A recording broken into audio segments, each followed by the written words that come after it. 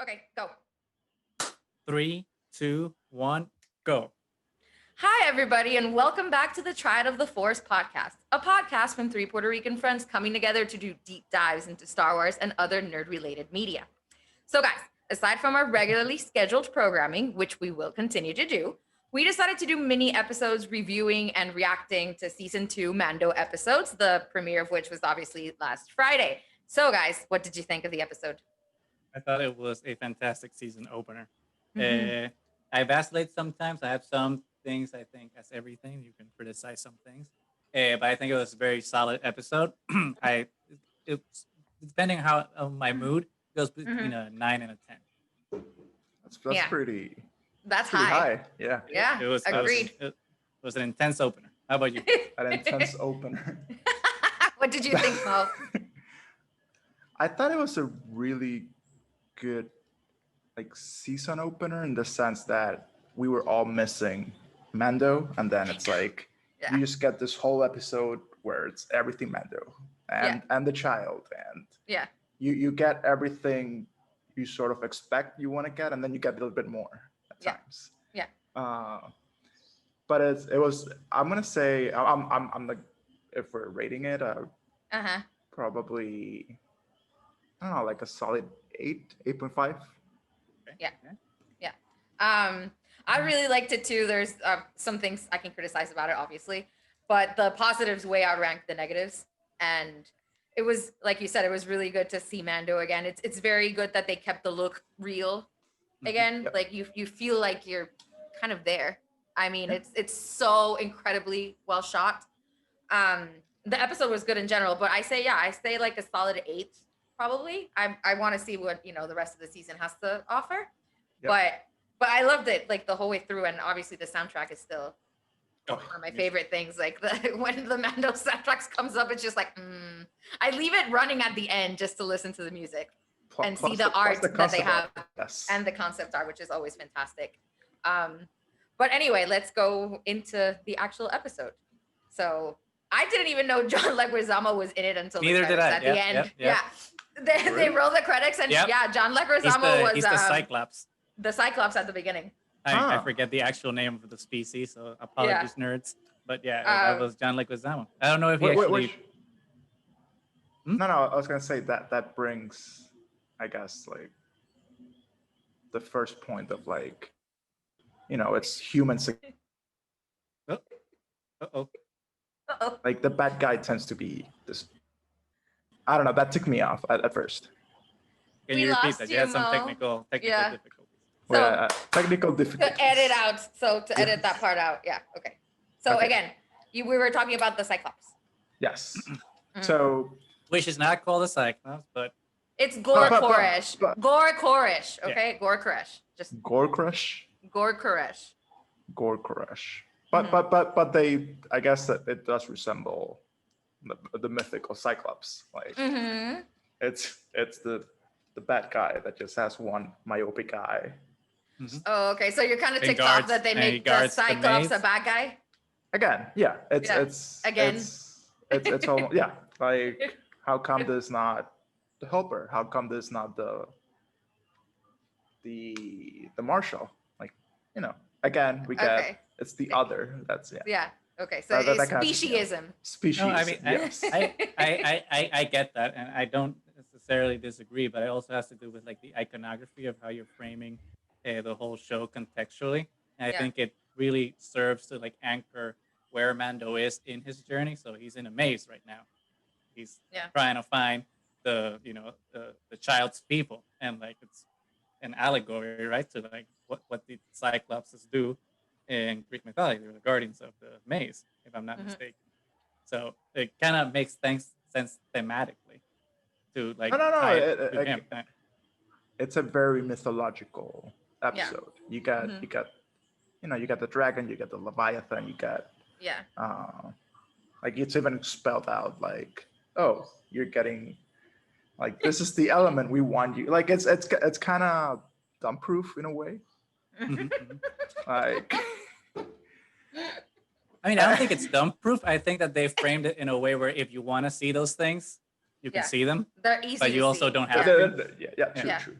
Yeah, but they are kind of not as subtle, maybe, as I would have Yes, wanted. true. I think. Yeah, exactly. Like you don't have to Mhm. mention by name, like why like in the history of Star Wars was when is the Leviathan mentioned, and then that's Yeah. us.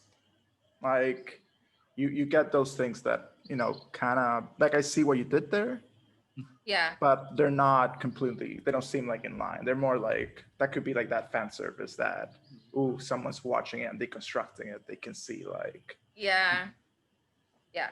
But anyway, so I had no idea it was John Leguizamo since the credits roll. And I was like, John Leguizamo was in this episode there. where? And then I had to look it up, and I was like, seriously, I had no idea. I didn't And even I'm recognize his voice though. no, and I I'm had a to like huge John Leguizamo re-listen fan. to it, Yeah. and yeah. then I picked it up and like, oh, I Yeah. hear it now. not you. hear it. I'm a huge fan. He's so good. I love John Leguizamo, just have to say. Yes.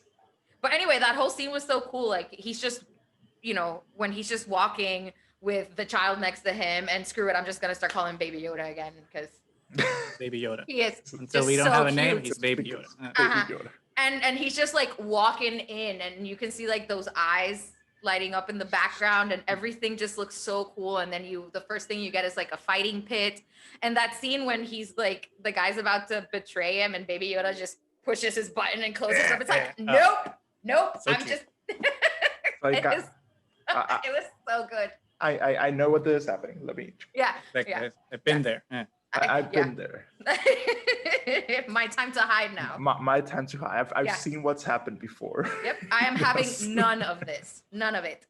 Which is interesting. Like you have that.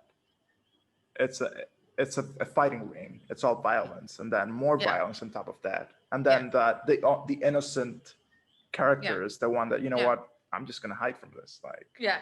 Yeah. I've seen too much. Like I'm 50 But- years old and I've seen too much. No, but I mean, they also actually pointed out, it's like, is this the place to bring a kid? And he's like, he's seen worse. He's than seen this. worse, which Yeah. is bad So- parenting.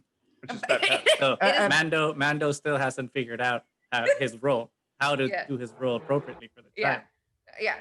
Which I think was the interesting thing about like that first scene, which is interesting because it was kind of so short in comparison with the length of the episode that Yeah. I kind of always forget about it when I'm thinking of the episode, which I think is one of the negatives. I feel like even though I wanted longer Mandalorian episodes, And it's the longest I- episode so far. yeah, 50 minutes, I believe. I still Yeah. feel like it wasn't too long, but it was almost approaching being too long. And I felt like they could have fleshed out like that intro scene a little bit more so that we could Okay. have like integrated it better into the rest of the episode, because it was kind of like okay, this happened and I got the thing I needed and now bye. Yeah. So Yeah. it was kind of like, okay, there was no point. Maybe we could have just mentioned that it happened. But I think regardless of that, the interesting thing about it is like how Mando reacts to what was his name again? The Cyclops? Nani? Gore Koresh.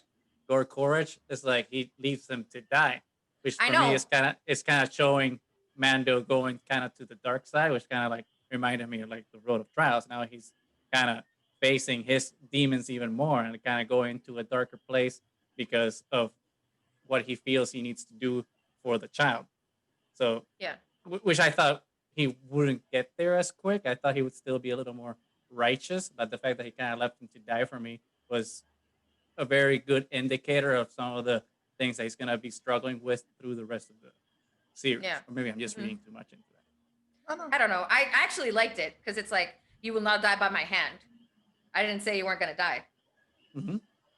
Which is But he which still is- knew he was going to die Yeah, because he he knew was- about his creatures. I know, Yes. but I don't know. I loved it. I actually really enjoyed that scene. It's like he turns off Oh, the no, light. yeah. And it's like, where are you going? And then was you see great. all It the was eyes great. popping up. It was fantastic. Yep. And it the was planet great. with all the graffiti, fantastic. Yeah, loved it. That's why I say I love it, because it's so real looking. And then obviously we go to Tatooine, which me and my husband were like, Tatooine Again. again. Yeah, I'm Um, always apprehensive about Tatooine, but Yeah. But you But go hey, to they a did it different, right. yeah, you go to a different place on Tatooine, and there's no denying that him in a speeder in the sand just looks cool. I mean, it looks cool. Yeah. George Lucas had the right idea from the beginning, like in sand, Western style. It looks cool, and it still holds up to this day. And I guess that's why they keep reusing it. But it looked amazing. Just him on the swoop bikes from Shadows of the Empires. It's like, Mhm. yes, give me the things I love. But that's the thing that some people criticize, like it's too much fan service things. But like I feel like Rise of Skywalker was too much fan service thing. Yeah. I feel like Well, Mando has fan service, but it helps to yeah. move the story It's forward. weaved. It's not into the story. gratuitous. Exactly. Yeah. It's not No, gratuitous. and you're actually fleshing out characters because I mean I've always been a huge fan of Tusken Raiders, and you never get much from them, and this one you get this whole episode and how Mando actually speaks their language and communicates with them and makes this bridge between the Tusken Raiders and the village. Yeah. I love the fact that their language is a combination of sounds and gestures too. I thought that was really really cool. So I mean it I don't think it's fan service for the sake of fan service. I think it's Well, bringing it us- is, but there's more depth. yeah, but there's more to it. It's not just for its own sake. That's what I mean. I mean, Exactly. yay, cool Easter eggs here and there, but at the same time, they're actually doing something with it. You know what I mean? So, Which I think the Tusken Raiders was the best thing that they did for the episode, because not only it's like bringing back like this race of people that we've seen a million times before, but it's Yeah. also reframing them and recontextualizing them mhm, even more than they did in the last time we saw them, mhm. which is kind of like framing them as these are the original inhabitants of Yeah. this planet. So like Mhm. for me, it was kind of like a lot of people were saying, okay, this is like those cowboy and Native American films, but for me, it's kind of like no, this is a story of colonialism and the oppressed. Like you're Yeah. finally framing that in that context, where like Mhm. the traditional main character that we're used to seeing is it's kind of reframed to be like the invader and the person that doesn't understand the native, and Yeah. finally like humanizing the Tusken Raider. I think was very Yeah. important, clever part of it Mhm. that like really speaks a lot, which is one of the reasons that I felt that maybe and we'll get to Cobb Vanth, but Cobb Vanth's character Timothy Oliphant maybe Mhm. shouldn't have been him casted, like a white guy casted in that. I think it would have been more interesting, like more like you said, maybe like an alien species, or make it be like an actual Native American actor or something to kind of tie Hmm. those relationships back with what they were trying to show with the Tusken Raiders, which I think they didn't finish Okay. You think capitalizing it could have on, been a but- little bit more fleshed out? No, I think it was fleshed out. I just think that they Mhm. didn't end it. It's just they didn't Okay. fit, like at least for me, didn't seem like they had resolution between Tusken Raiders and the villagers of Yeah. Muspelgo. Yeah. Like what happens after? Yeah. Yeah. The destruction of the dragon and blah blah Mhm. blah. True. But I think I don't know. Maybe now I'm just like reading too much into it. Like, That's but what it it is. seems Which of like course we will because they're that's what we're doing. But yeah. the episode seems so timely and on as a reflection of on ourselves. Like, can we work together with the one we thought it was like an animal or Mhm. Mhm, mhm. like somebody that's and that was the feel. Like, how can we trust Mhm. the Tusken Raiders? How, like, after Mhm. A, yes, we've invaded them, and B, Mhm. they've raided us. raided us. Mhm. But then there's the irony of it all. If you Yeah. then they're getting together to actually eliminate the Mm-hmm. original inhabitant of that, Mhm. which is the dragon. Like, it's almost like, yes, we're patting ourselves in the back because humanoids Yeah. are getting together and Yeah. killing an animal that's Yeah. been there for thousands of years. Mhm. Like, Which ties back to the Silo Beast episodes in the Clone Wars. yeah, Yeah. or the flying whales and rebels. I don't The know. Purgle. Well, but The the Purgles. Purgles are different. But it's an interesting point. Obviously, it gets into like what we consider speciesism and whatnot. But I think it's obviously it's framed from, and we keep beating a dead horse and we keep saying this, but it's true. Framed under the mythological context. So you need to have like that beast. Yeah, is that the thing beast. that- Or yeah, something that threatens both the species so they can come together to defeat it, find some common ground. Yeah. So it's been done and done, but it was well But done. it's been done, and it's also Yeah. like it is very Western look at how the Yeah. story is, because the beast is nature. Mhm. Like, Yeah. Mhm. it's the world serpent. It's Yeah. Jurgenmond. It's whatever you want to call it. Like, it's that idea that in the Western, it's like, oh, we have to dominate nation. Mhm. Yeah. Mhm. Like Because how you're come? kind of on the fringes of Yeah, society and you have to overcome all of that. Yeah. right. Hmm. And I think it misses it all. Maybe it missed the point if it was trying to be in a sense political, that maybe we can work with nature, like we can commune, we can, the Tuscan Raiders, they knew the patterns of that beast for thousands of years. They Yeah. even manipulated their, Yeah. like they were explicit on that. Yeah. I Yeah. thought They would. I honestly thought they were gonna take the next step and be like, well, how can we integrate your knowledge with our knowledge and make this work? Not just let's Hmm. just dig a hole and try Yeah. to blow the shit up. Well, Maybe that's that was, with the next Crate Dragon. yeah, I don't know. But anyway, aside from that, I mean, Mospelgo was done very beautifully, I think. I think that idea of, kind of a ghost town Western, because it's kind of what it was. Like it had disappeared from the grid. So you have him coming in, like, very old style. You could almost hear the Spurs, Yeah. when he Yeah. walked into town. Yeah. And It's obviously like there's taking always the a Western to the tavern. next level. Yeah. Yeah, yeah. And there's always a tavern, which he finds immediately, because in all Western towns you have a tavern. And yeah, so the town was done really, really well. And you see, like, as he comes in, like, people's faces, like, scared of the other, like, who's this person Yeah. coming? Can we trust him? Can we not? And then obviously when you first see the Marshal, and me and my husband were like, is that Boba's armor? Yeah. It can't, there's no way it's Boba, but that's totally Boba's armor. What's happening? It It looks so dope. it looks so dope. Oh I my was like, God. yeah. If there was a way to make Boba Fett's armor look even cooler, they Yeah. figured it out. They Just put nailed a it. red scarf. Oh yeah, so Yeah. badass. It looked so cool. I mean, and my husband's the one that told me that the bullet hole on the helmet was Yep. given to him by Cat Bane. Well, it's still not canon, but yes, Is it? technically it's supposed to be. 'Cause there was a Clone Wars episode Mhm. that they didn't finish, Mhm. where it was like Boba Fett and Cat Bane on a standoff, and Yeah. the scene ends with like Boba Fett's armor with the blaster hole. Okay. But I mean, could you see the hole in the original Yeah. armor? Yeah, because I don't remember, honestly. Yeah. You could see It's always had the the kink. Okay. yeah. So that was awesome. I mean, could you imagine as an actor being offered, like, so you Nope. won't get to play Boba Fett, but you get to wear his armor and shoot the rocket and fly the jetpack and do the, I mean, The answer how is awesome. yes. How many awesome. episodes will I be in? Just the one. Okay. But I That's get fine. to wear the armor, right? Yeah. Oh my god. Okay.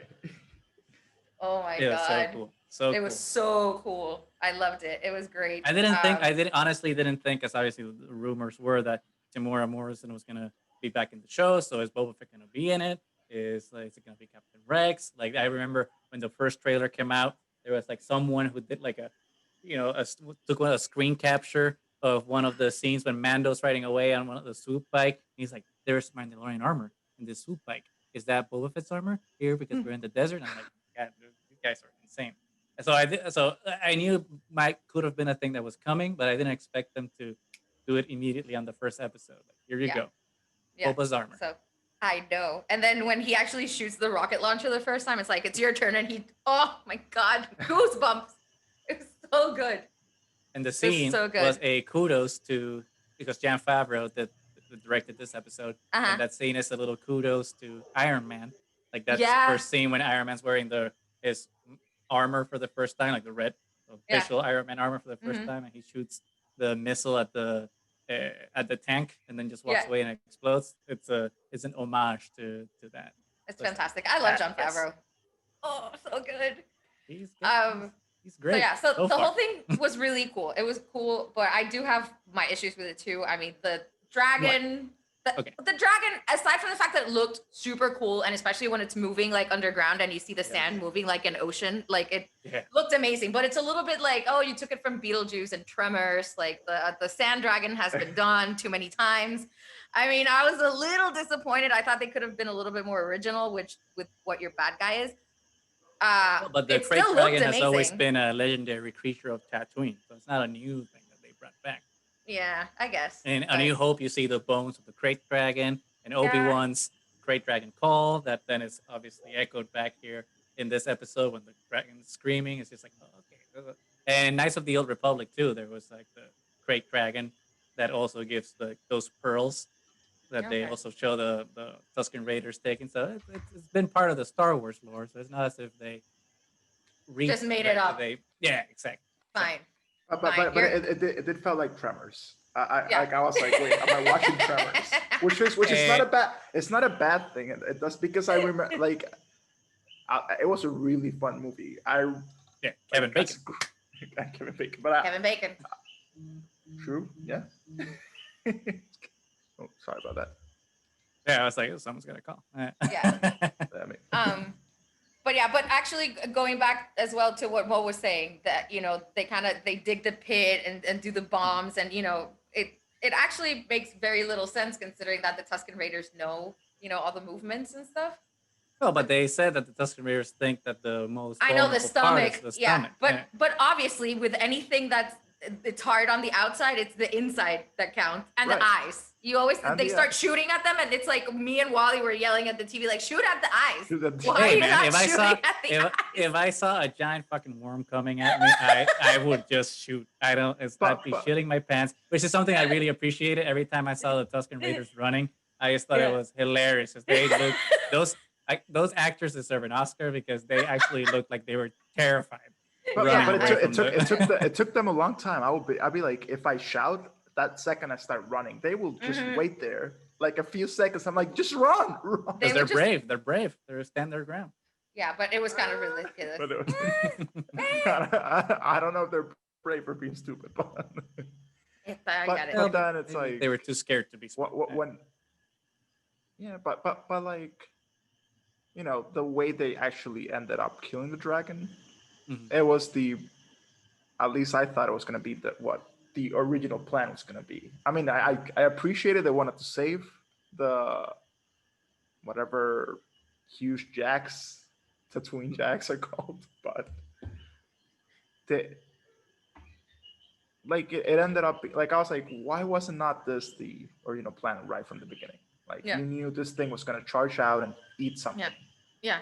Like Yeah. why are you endangering so many? Like you just added so many layers that I was like, Mhm. Mando, you would have been like smarter. You'd be like, you know what? Yeah. You just let a Cyclops get eaten. Why not just Yeah. get a Jack? Like A bantha, you mean? Bantha. There you go. But I don't know. I think it's less complicated than any Palpatine plan or anything. It's Well, I know. I don't know. I mean, it's I know, like, but once you realize like what's gonna happen, it felt like a very Men in Black moment. Just like I'm not gonna tell you what the plan is. There's no time. Run, and you knew exactly what was gonna happen. And it felt very Men in Black. I do appreciate the fact that he wasn't inside when it blew up. You can actually see him shooting out of the dragon's mouth. yes, it's the rebirth. Actually- Yeah. I know, and you can actually see like fire from the jetpack inside of the dragon's mouth as he like flies away, which is a really cool scene. I thought. Mhm. But yeah, well, I in general, I was still like, it's very Men in Black. It's been done way too many times. Actually, There I were had not thought of Men in Black. Interesting. yeah. It's still a great movie, Men in Black. Oh, of course it is. But yeah, there were some elements that were a little bit the episode in general, which is very good. I love that you see, like I said before, Mando as like kind of a bridge, like him evolving into, trying to bring people together instead of apart, and when he points out, you've killed people on both sides. Like you can't keep blaming each other. I killed you, you killed me. Like where does the circle of hate start? You can't think about that. And the fact that he knows about Tusken Raiders, and then he tells them specifically, yeah, they raid, they do this, but they keep their word. And if they're keeping their word that they're not going to attack you after you help them, it'll happen. Yeah, I love that quote. It's like they Yeah. promise not to break the word unless you do something. Like unless you Mhm. do first. Unless you break the peace first. that. Yeah, I read that. I'm like, oh, that's so good. That's really good. Yeah. Like whoever like Mando's a good Yeah. lawyer. Yeah. Well, Oh, here we John go. Yeah, Favreau until wrote one it. of you breaks the Yep. peace. Yeah. John Favreau wrote it, so that was good. Yeah. So anyway, since we want to keep these episodes short, obviously, because these episodes are going to be talked to death by a lot of people. But Yeah. how about that ending? I had no idea. I honestly had no idea who this person was. I was like, Yeah. I'm a Uh-huh. clueless as a child. More and more. I'm just like the child looking at this person. I'm like, okay, this looks like a cool looking person just standing there. Who the fuck Yeah. is this? Yeah, we were when we watched him, and you see him like from the back, and you see that he has like one of the Tusken Raider like staffs, Gaffy sticks, and then and then the rifle, and we were like, and who are you, Yeah. person? And then he And turns, then turns around, around. and I was just like, I didn't realize it at first. I was like, he looks familiar, but it didn't hit. I was like, this is still awesome. I'm assuming this is the actual Mandalorian that he came for, because he was told that there was good information that there was a Mandalorian in this city. And then obviously you find out that the Marshal is just a guy with stolen armor, basically. And then you see him, and I was like, oh, okay, so this is the Mandalorian he was looking for. And then I started looking around, and I was like, oh no, it's the actor Jango Fett, so it has to be Boba. Oh my God, mind blown, can't believe it. Shocked. I was watching it with a friend, and like we were hedging bets after he goes to Tatooine, and then we know there's gonna be some involvement with Boba Fett somehow. So like we had like a verbal bet going on. It's like, oh, do you think that they're gonna say Boba Fett's name in this episode? And we were like, oh, well, they have to say the name. But then it was like, oh, will we see him? And then we were still like a little dubious on like if we were actually gonna see Boba Fett. So like the fact that they didn't say the name by the end of the episode, I was like, okay, kind of suspect, but sure. And he's taking the armor, so what's gonna happen now with the whole Boba Fett thing that they've been setting up? And then when they pan and I see him, I'm like, oh my God, Tamora Morrison. Here we go. And I didn't think that they would like actually name him in the credits. I thought they would kind of take his name out to just keep the mystery going. But the fact when they fucking confirmed it, I was like, oh yes, here we go. Although some people aren't convinced yet that that's Boba Fett. That it's actually Boba. It could have been that another it might clone. be a clone. A clone. Which I don't think so. Why would they put a clone there? Yeah. And bait us with like the whole Boba Fett episode, and then just like switch and bait, and then just put some random clone. You know what? I would actually be okay with it either way, depending on how the story's told. So yes, it's all dependent. Yes. Because, on how the story's told. It could be this clone that's just looking for, what happened to my original. Yeah, exactly. It could be a cool story. Yeah. That could be interesting. Yes. Depending on how they do it. Obviously. Depending on how they do it. Yes. Yeah. So now my question is, like, do you think that there's gonna be like, because remember in season 1 when Fennec Shand was that post-credits scene where Fennec Shand's in the ground and we hear the Spurs, and then we had to wait a whole season to get that payoff. Do we think that Boba Fett will be paid off this season, or do we think that that's something that's gonna, be held off on until a later season? I don't know. I have no idea, because I'm pretty sure, because this is very episodic, so I'm pretty sure now that he's done and he got the armor, I think he's gonna leave Tatooine. So, but at the same time, forever. He didn't get the yeah. But at the same time, he didn't get the information that he came for. Yeah. So, so I don't know. I don't know if they're gonna like make this more like an arc as opposed to episodic. Like, it's very hard to judge just from one episode how the season's gonna progress. Yeah. I guess. I mean, 8 episodes is kind of too short, I feel, for arcs. So I still think they're gonna keep it episodic. And I wish they would. I think it works that way really well with the episodic episodes. Yeah. Adventure of the week type of thing. Yeah. Yeah. But with an overarching theme throughout. Yeah. Which is what they did in season 1. And I think it worked very well. So yeah. I mean, I trust Jon Favreau and Filoni. They know what they're doing.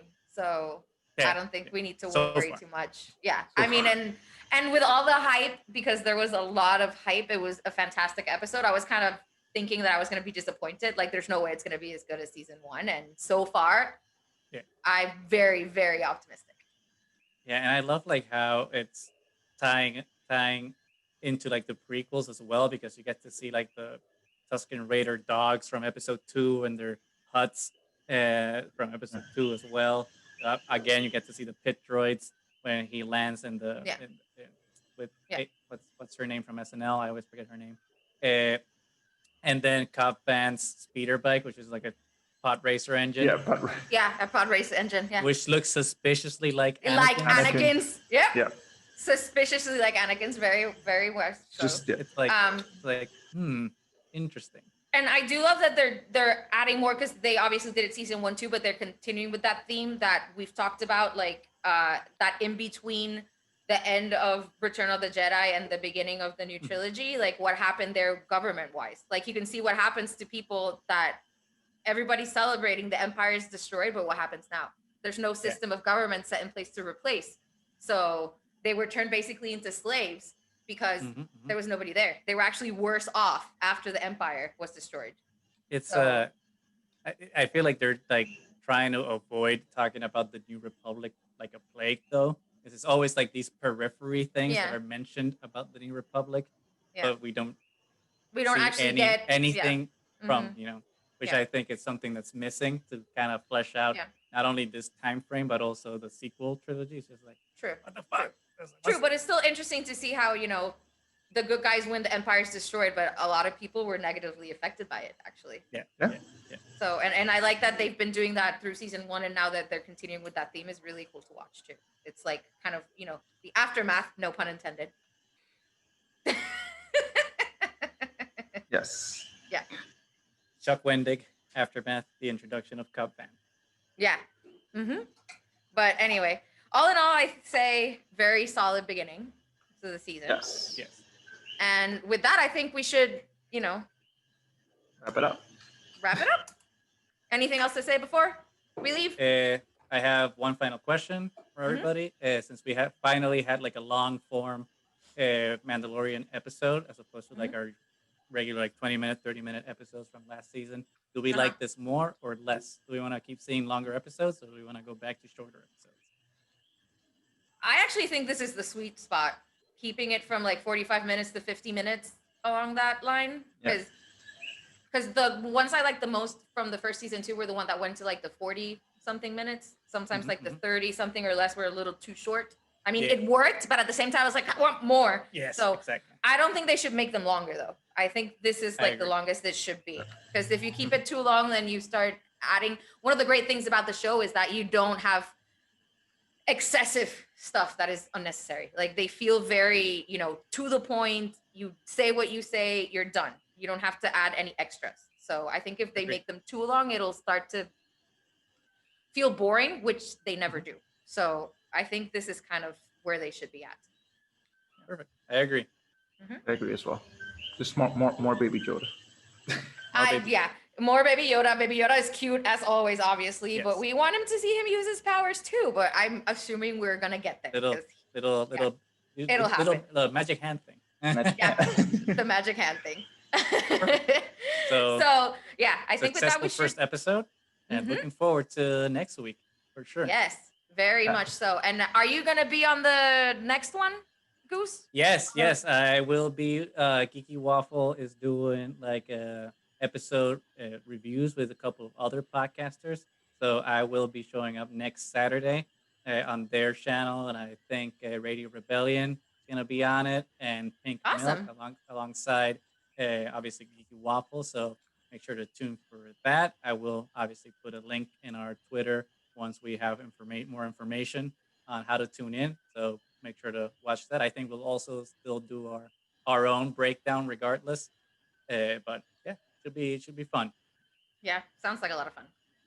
So with that, guys, follow us on Twitter, subscribe on YouTube, share, leave us a review. We like to know what you guys think. Nobody's leaving comments. Come on. But good night, and we will see you guys soon. Cheers. Done? Okay. Should we stop recording?